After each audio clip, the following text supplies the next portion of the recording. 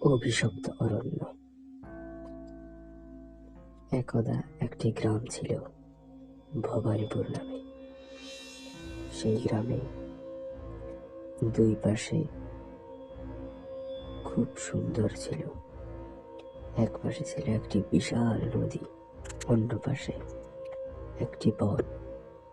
বনটি খুবই সুন্দর ছিল, তবুও মানুষ সেই বনে যেত না, কেননা সে বনে এমন কিছু গাছ ছিল যা মানুষ সাধারণ গাছ মনে করত না।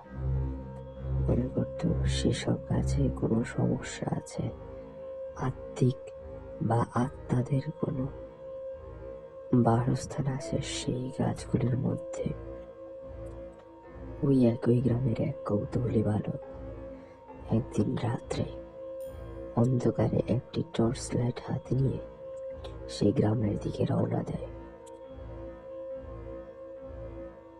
গ্রামের পর সেই বনের দিকে রওনা দিয়ে সে বনে পৌঁছায়। বনে পৌঁছানোর পর সে গাছগুলির কাছে যায়। কাছে গেলে হঠাৎ সে মনে হয় যে পিছনে কিছু একটা হাঁটছে। সে পিছনে ফিরে তাকালো, কিন্তু সে কিছুই দেখতে পেল না। হঠাৎ সে দেখল তার পেছনে দিয়ে একটা ছায়া মূর্তি যেন হাঁটছে।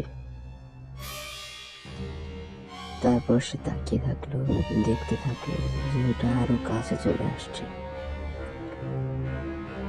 এবার সে দেখার পর পালানোর চেষ্টা করলো, কিন্তু তার পা শিকড়ে আটকে গেল।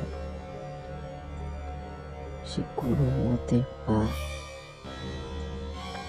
শিকড়ের থেকে ছাড়িয়ে নিয়ে দৌড়ে একটি বাগানের মধ্যে ঘরের দিকে ছুটে গেল। পরবর্তীতে সে ঘরের মধ্যে সে কোনো মতে প্রবেশ করল, কিন্তু সে ঘরের দৃশ্য সম্পূর্ণ ভিন্ন। সে দেখল চারিদিকে মানুষের হাড়, রক্ত লেগে। এরপর সে কিছু বুঝে ওঠার আগে